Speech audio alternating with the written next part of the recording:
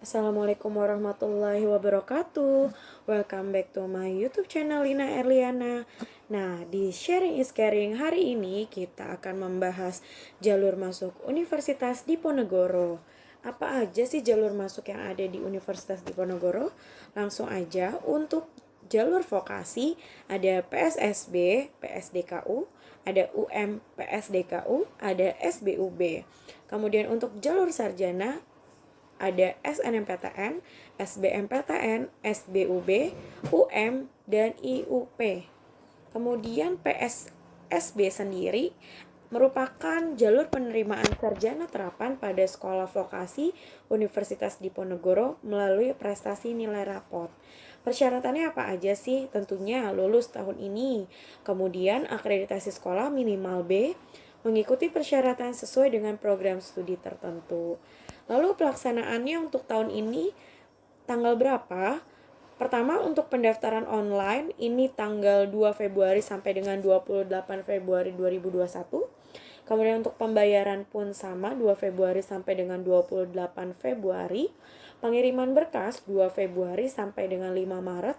Pengumuman hasil 24 Maret. Nah, bagaimana tata cara pendaftaran PSSB Undip sendiri? Yang pertama adalah siswa atau peserta membuat user secara online. Yang kedua, mengisi data dan memilih jalur PSSB, kemudian mengisi nilai rapot dari semester 1 sampai dengan 5. Kemudian, cetak formulir pendaftaran, pengumpulan berkas secara kolektif melalui guru BK. Nah, persyaratannya apa aja sih yang dibutuhkan? Yang pertama adalah legalisir semester 1 sampai dengan 5. Kemudian nanti ada formulir online, pendaftaran online, kemudian ada daftar prestasi peringkat kelas, sertifikat kejuaraan, dan semua dokumen yang tadi disebutkan dimasukkan ke dalam stop map warna biru untuk IPA dan stop map warna merah untuk IPS. Kemudian semua dokumen dikirimkan secara kolektif oleh pihak sekolah ke sekretariatan PMB Undip gitu. Jadi sistemnya adalah kolektif sekolah. Nah, untuk prodi dan daya tampung vokasi Undip. Di sini ada 4 departemen untuk vokasi Undip. Yang pertama adalah Departemen Teknologi Industri, yang mana ada teknologi rekayasa kimia industri, rekayasa perancangan mekanik, teknologi rekayasa otomasi, teknologi rekayasa konstruksi perkapalan. Kemudian di Departemen Sipil dan Perencanaan ada perencanaan tata ruang dan pertanahan, ada teknik infrastruktur sipil dan perancangan arsitektur. Di Departemen Bisnis dan Keuangan ada akuntansi perpajakan dan manajemen dan administrasi logistik. Di Departemen Informasi dan Budaya ada bahasa asing terapan dan informasi dan humas. Kemudian kita akan bahas satu persatu prodi yang dipelajari di sekolah vokasi Undip. Yang pertama, tadi disebutkan di departemen pertama ada teknik rekayasa kimia industri. Apa aja sih yang dipelajari? Nah, teknik rekayasa kimia industri ini mempelajari proses industri kimia, pengawasan keterampilan dan manajerial, berwawasan lingkungan, dan berwawasan teknopreneur. Nah, prospek kerjanya juga banyak banget ini. Ada petrokimia, ada minyak dan gas, semen, makanan dan minuman, kertas, karet, dan plastik atau maupun farmasi dan lain-lain. Kemudian yang kedua, ini teknik perancangan mekanik. Yang dipelajari ini biasanya disiapkan untuk tenaga kerja yang berkemampuan atau memiliki kompetensi sebagai ahli teknik teknologi perancangan manufaktur yang berbasis mekanik ya tentunya. Kemudian prospek kerjanya bagaimana? Untuk teknik perancangan mekanik bekerja di industri manufaktur yang bergerak di bidang pembuatan peralatan mekanik umum, mesin perkakas, material handling, dan lain-lain. Kemudian untuk teknik rekayasa otomasi yang dipelajari biasanya adalah tentang teknik-teknik untuk membuat sebuah otomasi mesin industri atau mesin otomatis untuk mengerjakan atau memproduksi suatu hal dengan mudah dan efisien. Nah, prospek kerjanya juga nggak kalah banyak nih teman-teman. Bahwa ada perusahaan manufaktur, ada perusahaan pembangkit listrik, perusahaan minyak gas dan pertambangan, dan lain-lain. Kemudian yang keempat ini ada teknologi rekayasa konstruksi perkapalan.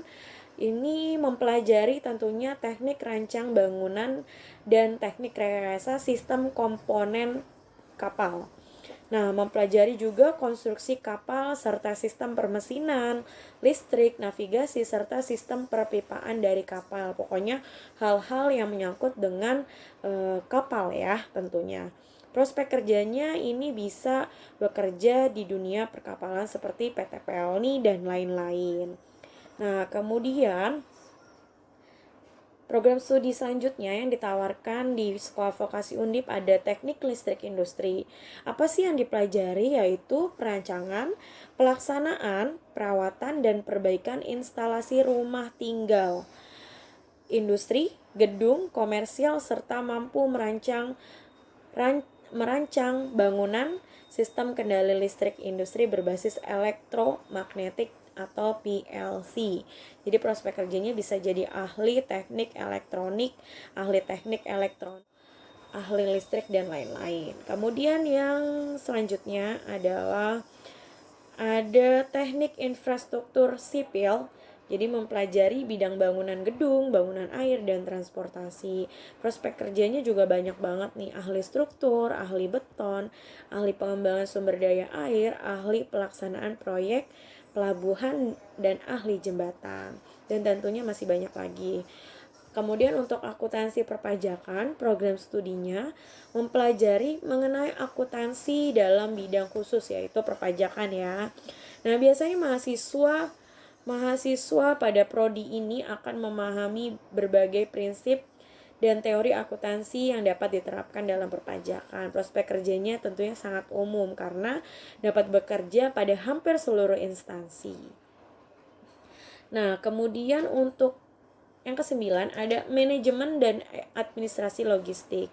Ini program studi yang masih terbilang langka di Indonesia. Kenapa? Karena manajemen logistik ini mempelajari tentang bagaimana melakukan perencanaan, pengelolaan, pengendalian, dan pengawasan terhadap aliran uang, barang, energi, dan informasi dan sumber daya lainnya agar berjalan efisien dari asal hingga ke tujuan.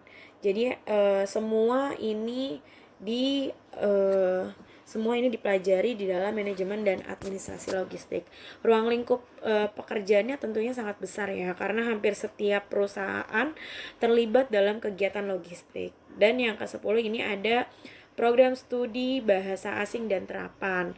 Ini mempelajari berbagai bahasa asing. Prospek kerjanya bisa jadi translator salah satunya. Kemudian ada hubungan masyarakat atau disebut juga public relation. Adalah program studi yang mempelajari bagaimana membentuk serta memelihara citra suatu organisasi atau perusahaan di tengah masyarakat. Nah, tugas seorang humas ini adalah mengelola hubungan komunikasi antara perusahaan dengan orang-orang di luar perusahaan. Lulusan prodi hubungan masyarakat ini sangat luas juga. Jadi bisa di organisasi atau perusahaan yang membutuhkan tenaga humas atau PR atau di instansi pemerintah. Lulusan humas juga dapat berkarir di bidang event organizer, konsultan kehumasan, MC, dan lain-lain. Nah, ini mohon maaf yang tertinggal ada teknik perencanaan wilayah dan kota atau biasa dikenal dengan planologi, yang mana ini merupakan program studi yang mempelajari dasar-dasar perencanaan, morfologi kota, perpetaan dan struktur tanah, transportasi serta desain juga. Nah, teknik perencanaan wilayah kota ini lebih mempertimbangkan pada aspek sosial, ekonomi, dan politik dalam pembangunan. Biasanya lulusan sarjana teknik ini biasa disebut sebagai planner, nantinya akan memiliki kompetensi untuk melakukan perencanaan sebuah kota. Jadi prospek kerjanya juga berkaitan dengan pembangunan atau konstruksi bangunan atau perencanaan kota yang akan dibangun. Nah, itu tadi beberapa atau berbagai macam prodi yang ditawarkan dalam sekolah vokasi Undip.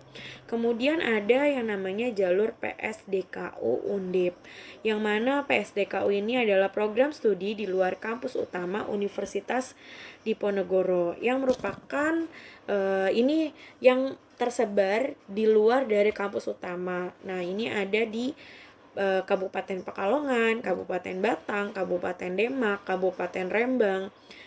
Dan ini pola penerimaannya dibuka melalui seleksi PSDKU, program vokasi dan sarjana.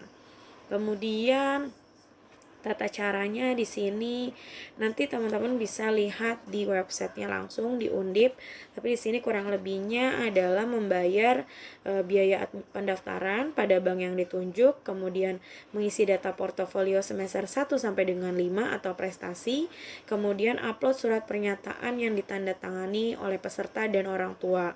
Nah, untuk PSDKU sendiri pilihan program studinya adalah Saintek 2 program studi. Untuk Sosum 2 program studi, ada 6 prodi vokasi Soshum. Nah, jurusannya ada apa aja nanti bisa dilihat di websitenya langsung. Ini adalah pilihan prodi jalur PSDKU Undip ya, beberapa Pekalongan, ada kampus Batang, di kampus Demak, ada di kampus Kabupaten Rembang. Nah, ini untuk kalender pendaftaran PSDKU. Jadi sama seperti dengan jalur PSSB, cuma ini ada cetak kartunya sampai tanggal 5 Maret dan pengumumannya 24 Maret. Nah, kemudian ada jalur SBUB. SBUB ini adalah jalur alternatif untuk teman-teman yang punya prestasi baik di bidang akademik maupun olahraga ataupun seni. Jadi ini adalah program jalur seleksi bibit unggul berprestasi. Nah, syaratnya apa aja sih? Syaratnya ini lulusan 3 tahun terakhir, memiliki nilai rata-rata rapot 7 skala 10, tidak pernah tinggal kelas, dan pilihan prodinya sesuai dengan persyaratan. Nah, kemudian ada tata caranya, kurang lebihnya ini adalah berkas-berkas yang perlu disiapkan. Nanti teman-teman bisa lihat langsung di websitenya Undip.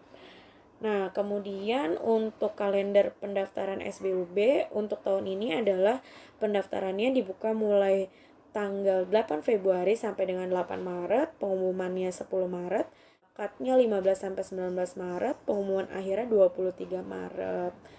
Nah, untuk jalur PSSB, PSDKU, dan SBUB mungkin cukup sekian. Kalau misalnya teman-teman pengen lihat websitenya apa sih, nanti bisa di websitenya adalah di um.undip.ac.id. Di sini nanti ada vokasi, kalian bisa klik langsung, misalnya mau klik cek PSSB, di sini persyaratannya. Kalau misalnya pengen lihat yang SBUB, di sini persyaratannya juga bisa dilihat.